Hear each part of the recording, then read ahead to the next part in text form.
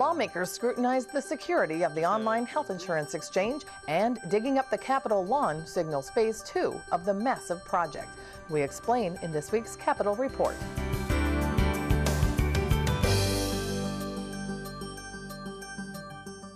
Hello and welcome everybody to this week's Capitol Report. I'm Julie Bartke. With days remaining before the anticipated launch of the health insurance exchange in Minnesota, lawmakers responded to a recent breach in data privacy. The MnSure Legislative Oversight Committee received a summary of the event that took place and analysis of its impact. On September 12th, 2013, a MnSure employee inadvertently sent an email containing MnSure's broker roster to a broker interested in partnering with MnSure. The roster contained personal information, including names, addresses, license number, and that's a broker license number, not driver's license number that has been reported in the press, and social security numbers of 1,587 brokers who filed a notice of intent to partner with MnSure. I mean, the implication here is that the vulnerability and the breach occurred because this individual copied a document onto a local drive.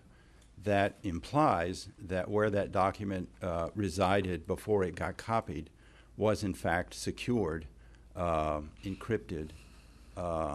We have not reached that conclusion. Co-chair of the MnSure Legislative Oversight Committee, Representative Joe Adkins, joins me now to talk about some of the data privacy concerns with MnSure. Thanks for joining us. We appreciate it. My pleasure. Thanks for having me. Let's begin with the meeting that kind of discussed what the breach was in data privacy, but more importantly, the bigger picture. Do you think that there might be some irreparable harm because of what happened as far as the credibility of MnSure to Minnesotans? You know, I think actually I would never say that a data breach is a positive thing, but there was a great deal of learning that came out of it.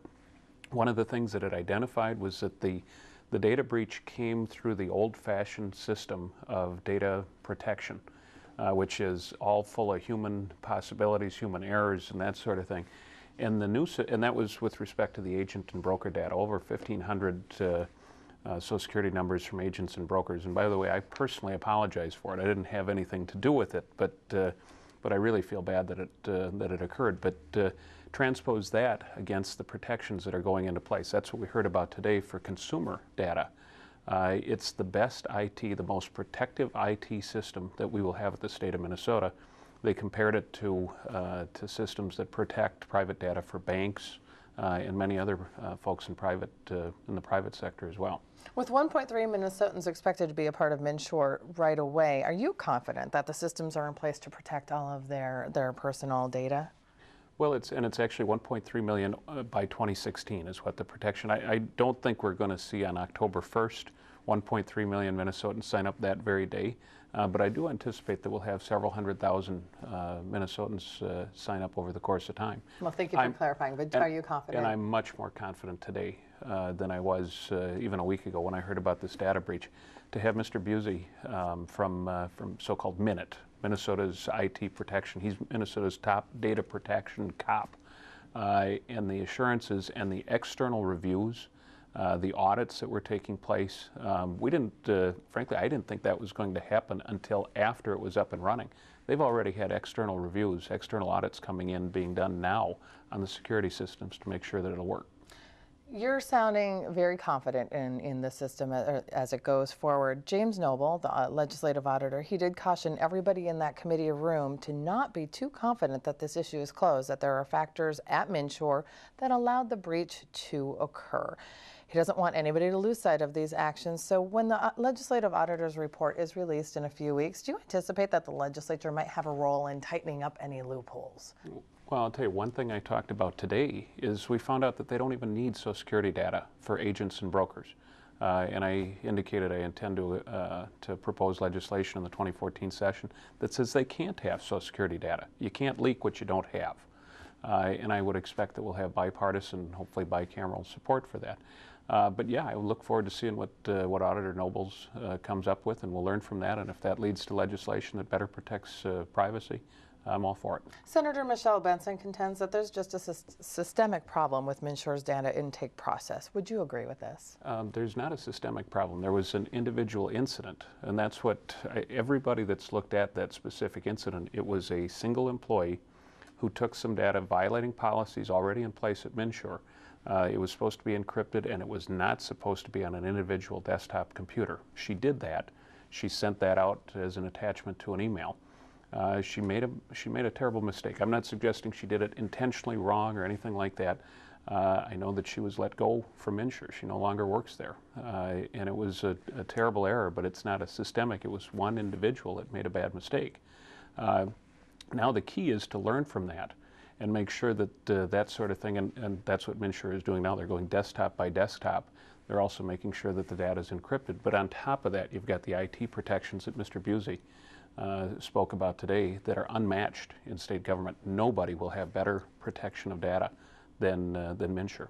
The threshold for doing this desktop to desktop checking, for lack of a better word, it's very short. MnSure launches in just over a week. So do you think that this could perhaps cause a delay in the launch, or do you think everything's set to the trigger set? We asked today if there are any smoking guns, I think was the term that Mr. Busey, the IT professional, the data protection cop, used. If there's any smoking guns that would cause there to be any uncertainty or concern about private information being released, then it won't go on October 1st. It's just that simple.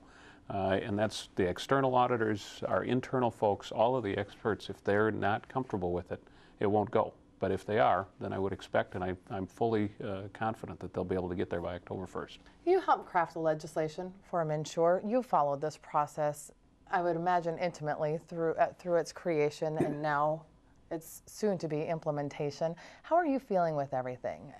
Are you feeling confident? Are you, as we said off camera, you know that the nation is watching, eyes are watching. I'm actually feeling better about it every day. One of the best news days that we had was when we found out that this will have the lowest rates of any health insurance marketplace in the country. My understanding is tomorrow, I don't know when this all gets shown, but that the federal rates are going to be released for all 50 states. And I'm keeping my fingers crossed that Minnesota will lead the nation in terms of having the lowest rates anywhere in the country. What about with any of the technical aspects? Any concerns that the website will crash or that people won't be as trained as they should be to make sure that consumers can pick the right product? Well, when you are as technically unsavvy as I am, anything like an iPad or a computer concerns me. But that's why you hire the professionals that you do. And from all that I hear, we've got the best folks involved, both at the state level and then externally coming in and taking a look at how we're doing business. To make sure that we've got those protections, to make sure that we've got the IT network in place to be able to handle it. Okay. Representative Joe Adkins, thank you for coming in and talking Pleasure. about the meeting. We appreciate it. You bet. Thank you.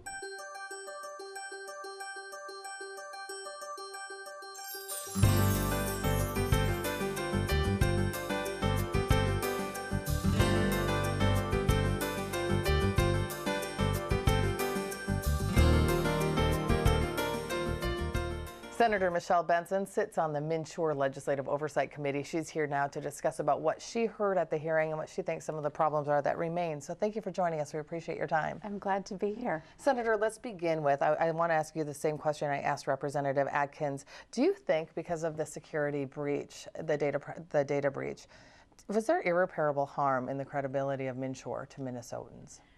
Irreparable is a very high standard. I think people will question and push back for a long time. Once trust is broken, it has to be earned back. I tell my boys, one lie takes 1,000 truths, and so I think they're going to have to prove that they're capable of handling these difficult situations, sensitive data, and only time will tell. But it's not irreparable. And there isn't a whole lot of time to prove, as using your words, with MnSure launching on October 1st. Now you contend continually throughout the hearing that there's a systemic problem with MnSure and its data intake process. So what do you think that problem is, and what would you like to see done? I think we have a systemic management problem, not prioritizing, not focusing on those things that are essential to have done October 1st.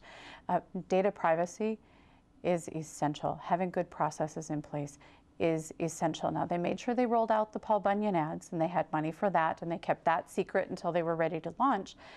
But when it comes to the agent's information, that wasn't sequestered. It wasn't treated with delicacy. The training, we found out today, navigator training is not moving a speed. Counties are not trained, brokers are not trained. Those should have all been much higher priorities than some of the kind of softer skill sets. They're worried about getting people enrolled. I understand that. But let's get people enrolled into a system that's fully functioning and ready to protect Minnesotans. During the hearing, we did hear from the Office of the Legislative Auditor, and knowing that that office is tasked with investigating this incident in particular and will perform audits on procedure in the future, does that provide for you a layer of security that makes you confident as this moves ahead?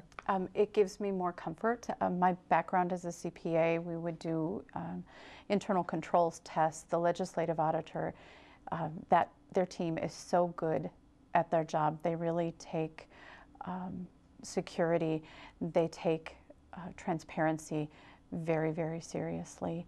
And I sit on the committee that oversees the Office of the Legislative Auditor and have the greatest amount of respect for the work they do. And so that will give comfort to me, and I hope to all Minnesotans. Mr. Nobles and his team will find weaknesses, point them out, possibly recommend corrective actions, and that will get us closer and closer to an optimal situation for MnSure. Senator, it was stated in the committee and also by Representative Adkins that the best way to succeed is to fail fast and to fix it. Do you think that this data privacy breach could have, in the grand scheme of things, maybe helped the overall privacy concerns of MnSure, just the overall issues? I'm not a big fan of making mistakes just to fix them. I'm a fan of testing your systems rigorously so you find mistakes before they happen. When you test a system well, you make the mistakes in your testing, and it minimizes the mistakes that actually impact the public. If we're moving too fast and we're making mistakes that actually put people's information at risk, it's because we haven't adequately tested the systems.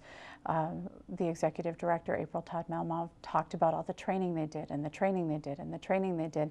Well, obviously there's something missing. If the training was adequate, then the culture is not one where security is taken seriously. If they're moving too fast and they simply can't get all the training done and can't get a culture of security in place, then let's slow down and make sure we get this right. They, meaning the MnSure folks, Yes. seem confident that they'll get everything in place and be able to launch October 1st, unless there is a smoking gun, using their phrase. Then, of course, they would not launch on October 1st. Are you confident? And I think we're talking about two different areas. Just in the grand scheme of things, if there are areas of discomfort, they said that they would hold back. on launching. Actually, that's not specifically what they were addressing. They're addressing the back-end IT system that has to go through NIST testing, that our Chief Security Officer, Chris Busey, will be looking for those smoking guns. He, too, good at his job. If he sees something that is a fatal flaw, he will stop. The front end, the other piece, is the training of the navigators, the training of county workers, the training of agents, these outreach grants. They're not talking about stopping if those systems aren't tested and in place. And so we're talking about two separate components, the front end business and then the back end IT. Back end IT, I believe that our Chief Security Officer will absolutely put a stop if there's truly a risk. The front end, I don't think they're taking that as seriously. Is that something you would, I think it's fair to say, you would like to see that addressed here in the next week? Is it something you will pursue with MnSure? Absolutely, and I have been, and I try to do a lot of things behind the scenes. Being at committee hearings isn't always productive because you can't get kind of the immediate informative response that might be useful. You can't engage, inform, and collaborate, but that needs to be done. The brokers that gave testimony today are very concerned that their training is not moving apace so that they will be ready to serve their clients who might want to use the exchange to enroll. Again, I've talked to county officials, their people aren't being trained, and it seems to me the MnSure executive team is just going to move forward and address these things as hiccups, whereas I would like to see a more proactive approach where they took bits and pieces and said, let's be successful and move on, and be successful and move on, and be successful and move on. I don't want to learn through mistakes. Senator Michelle Benson, with those words, we'd love to have you back once MnSure does launch. So we appreciate your time as always. Absolutely. I'm grateful for the time. Once serene and inviting, the Capitol lawn is now home to bobcats, backhoes, and bulldozers. The lawn is being converted to a temporary parking lot as a part of the grand $470 million restoration project. First of all, we looked at the environment, we looked at the number of trees, and we tried to minimize how many trees we would lose. We did lose one tree with this project. It was an old maple tree that had been hit several years ago and had been distressed. I mean, it was still standing, but it was split in the middle, and we were probably going to take it down anyway. So we did lose that tree, but it took us time to figure out what the best layout for the lots were going to be to minimize that. So we lost the tree, then we made consideration for the soil and the grass that we have, because this is a Kentucky bluegrass hybrid mix. It grows well here, it's beautiful. So we looked at what we could do to save the dirt, because of course it's been groomed. And so you see here piles of dirt that are going to stay here. That's the soil that we've moved and we will put back when the lots are removed in a few years.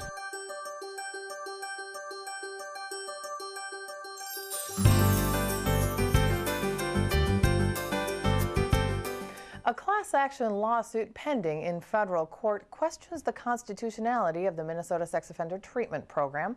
Senator Kathy Sheran joins me now to talk a little bit about this issue and the legislation that she pursued last session and what could come out of it in 2014. Thank you for joining us. We appreciate your time. Happy to be here. So, Senator, let me begin with Minnesota law allows for state judges to indefinitely commit serious sex offenders who complete their prison sentences to a treatment program in a locked state hospital. So far, only one sex offender has been released from this program. Therein lies the problem, the question of the constitutionality. Let's talk a little bit about your legislation last session and how you think that proposal would meet the recommendations of the task force and perhaps appease the federal judges as well. All right, but can I start by saying that there are three components of recommendations that the legislature needs to address.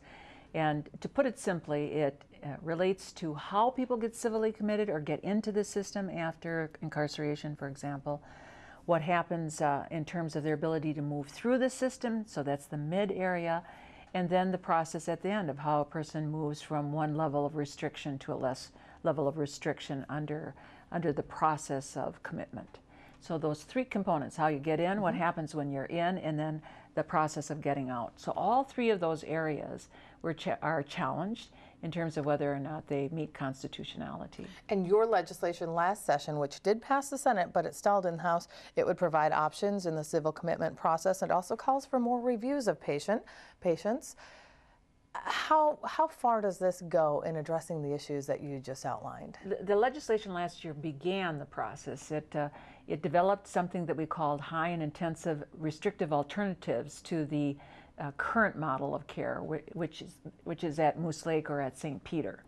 Right now, when a judge is asked to civilly commit a person who has already spent time for their crime, they have to determine whether or not they meet the standards for civil commitment, and that means they have to be demonstrable to a court that they are a danger to the public or to themselves, which is the civil commitment criteria for everything.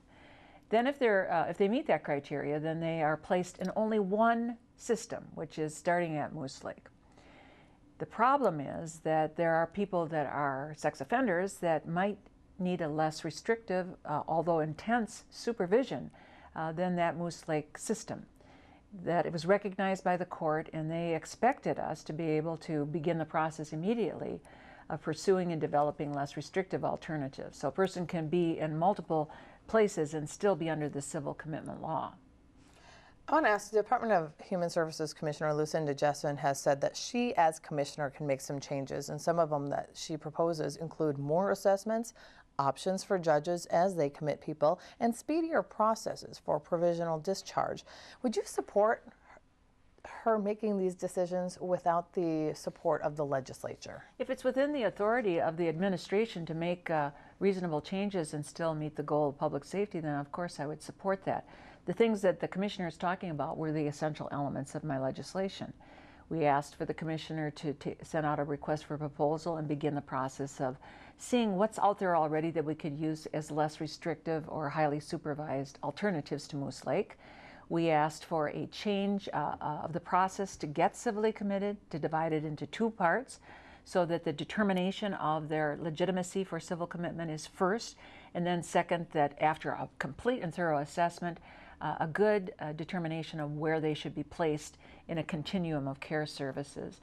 And then finally, an opportunity for people who are committed to have more frequent reviews and to be able to debate and make an argument for why they think they should be moving through the system. And Senator, we should stress that your legislation did pass the Senate with some bipartisan support. However, there was some concern over this idea of less restriction and potential public safety concerns. Do you think that there are issues of public safety if indeed there are different homes in different places and people and sex offenders are placed in areas with less restriction?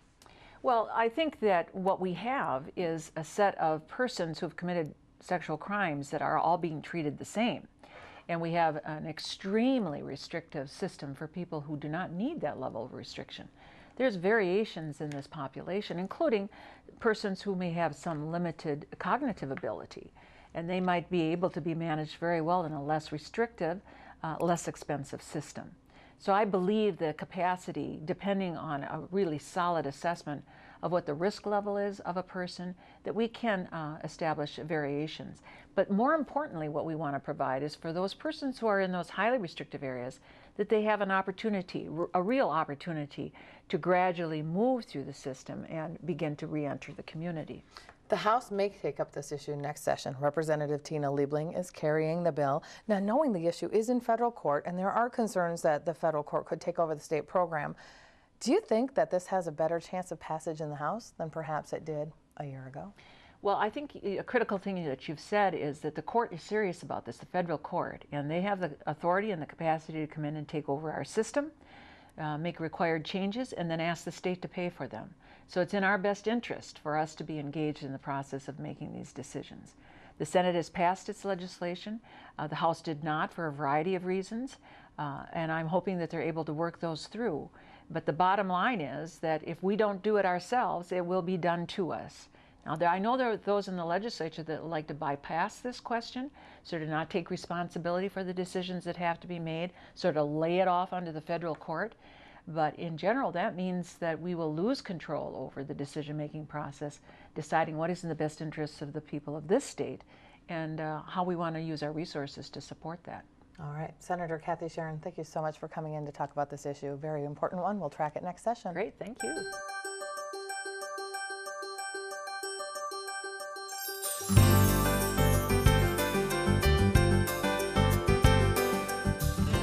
Department of Human Services Commissioner Lucinda Jesson recently sat down with us to talk about the federal lawsuit on the Minnesota Sex Offender Treatment Program. She also spoke about how she would like to see that program reformed. Well, I think we have a number of different groups looking at the program and saying, how can we do a better job? The litigation itself is saying that they believe that the program is unconstitutional in its treatment and particularly focused on the fact that there have been so few provisional discharges. But we also have a separate task force looking at the program and saying and recommending changes that would require legislative approval. And I think at the department level, we also are looking at saying, what changes do we need to make to improve this program, which does need change. We've started down that road and we have further to go. According to an August 29th article in the St. Paul Legal Ledger, nearly 700 people are involuntarily detained at Moose Lake and the St. Peter facilities. This class action lawsuit that you referred to was filed 3 years ago. It's asking for several changes. What do you think some of those key changes need to be? What are you hearing from the task force thus far? Well, let me talk about some changes that I think need to be made. Some of them are picked up in the litigation, but some of them are just my own assessment about what needs to be done. I do think we need more frequent assessments or risk assessments of the people who are there so we can make sure that they're in the right part of the treatment. And if they aren't and they need to be moved elsewhere, that we make those changes. That was part of the legislative proposal last session. I think we need to have options for judges when they commit people so that the only option isn't the most expensive option behind the razor wire. And that once again, I think that was something that was part of the legislation that passed the Senate but didn't pass the House last session. So those are two of the things that I think we need to do. Internally, I think also we need to speed up the process so that when someone petitions for provisional discharge or just a change in their, to move to a less restrictive setting, that we handle those petitions more quickly. Has there been any discussion, lengthy discussion, on how it is that the state got to where it is, where virtually nobody, quote, gets out? Well, I would just like to point out that we do have, you know, there was a provisional discharge, successful last year. That individual is living in the community.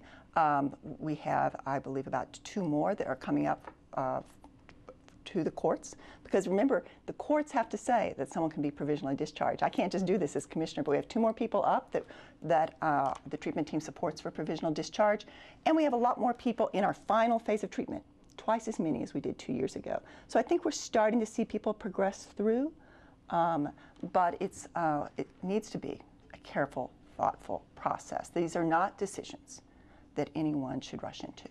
Is there any concern that if the standard for release becomes, and this is a quote from the article, much less stringent as requested in the court order, do you think public safety could be at risk? Well, it depends what much less stringent is. But that is clearly a question for the legislature. You know, the standard is in law. You know, it's being challenged, so a court could look at it and make a different decision about it. But I think Senator Bach was right, and that we need to look at this program and what changes need to be made. And given that, how do you move forward with this? What is your timeline? Is there a sense of kind of expediency here, or does it need to be perhaps even more thoughtful and deliberative than what's typical? These are serious decisions, whether to commit someone to begin with or whether to provisionally discharge an individual. And so I do think those need to be deliberate decisions. Any changes to this program should be thought through very carefully. But I think there are some things, while there's some things that the legislature needs to do to make changes, there's some things that as commissioner I can do to improve the program. And you know, we are taking steps, thoughtful steps down that road, issuing an RFP so that we know who we could contract with for less restrictive options, speeding up this SRB process, which is this internal review board, having more assessments on a regular basis. Those are steps that, you know, I can take as commissioner, and I think are very appropriate ones to reform the program.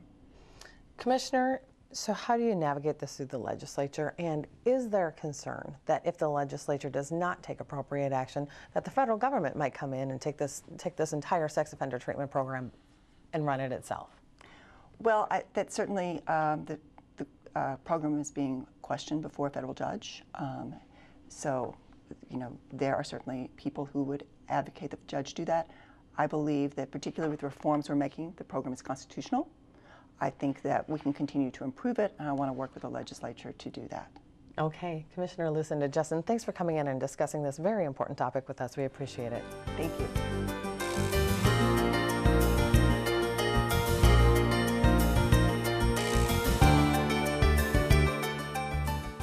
And that concludes this week's program. From all of us at Senate Media Services, I'm Julie Barkey. Thank you for watching.